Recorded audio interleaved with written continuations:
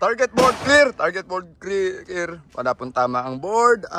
Ano po ang re-reviewin natin ngayon? Ito pong video na to ay sponsored ni Reloaders Gun and Ammo Trading. No? Salamat po sa Kuya Ronnie sa mga ammunition na ginagamit sa review ninyo ng inyong mga baril. Ang ating featured pistol po ngayon ay PT1911AR. No? This is a stainless finish ng Taurus. Yan, pinalitan lang natin ng grip. No? Pero ang original grip nito ay color black. Maganda naman po yung grip. No? Gusto lang natin magmukhang premium. Gandagyan natin ng rosewood na grip. No? This is PT1911AR po ng Taurus. No? Ito po ay railed na. No? So kung may mga tactical light kayo, napakaganda pong ilagay rito. At meron po itong ambidextrous safety. Ito po ay naka no back sight na po. No?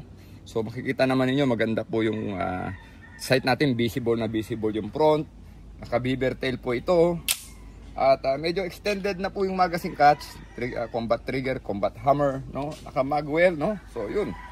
Anong gagawin natin? Puputukan natin itong itong target. Titingnan natin yung patama ng baril kung paano ba ito mag-perform, no? So hindi siya ganun kamahal compared sa mga premium na 1911. Pero let us see kung ito po ang gamit natin ay FMJ na unscore ammunition ng Reloaders Gun and Ammo Trading po. Ang video po nito ay sponsor po ng Kuya Ronnie Taruk ng Reloaders Fire ng Reloaders Gun and Ammo Trading. So tingnan natin. Aha. Hindi ko na ipid ng maayos yung mag. Alright.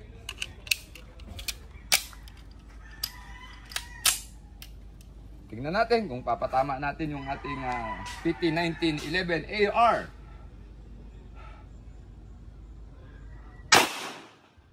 So, yun. Nag-alpha naman, no? So, ito po yung patama, no? So, alpha. Tingnan natin. So, medyo smooth naman ang trigger. Okay naman kung ipatama. Tignan natin doon sa gitna ng board kung tatama tayo.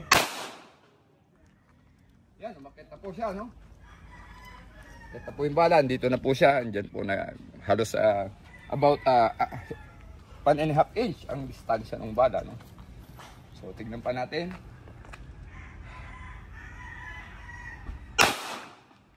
Yun. So, nagkaroon ng muka, no?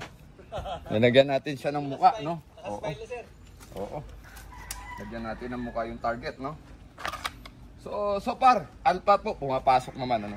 So, tignan natin yung ibabaw na lobo kung tatamaan natin. Mula sa holster, kung tatama po. Tumama naman, ano?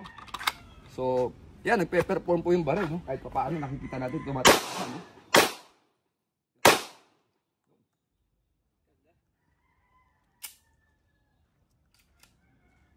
Ayan po yung pangpatama natin, oh. At tignan pa natin kung kaya natin patama ng biglaan. Thank you, Reloaders Gun and Ammo Trading. At ayan, meron tayong sponsored ammunition mula sa inyong gun store.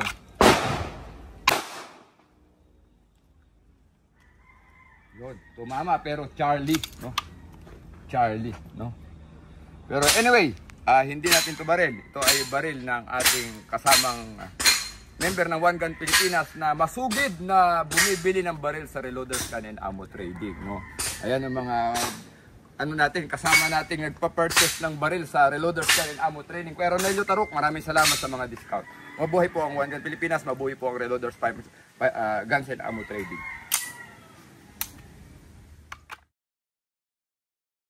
Mabuhay One Gun Pilipinas! Mabuhay! Mabuhay One Gun Pilipinas! Mabuhay!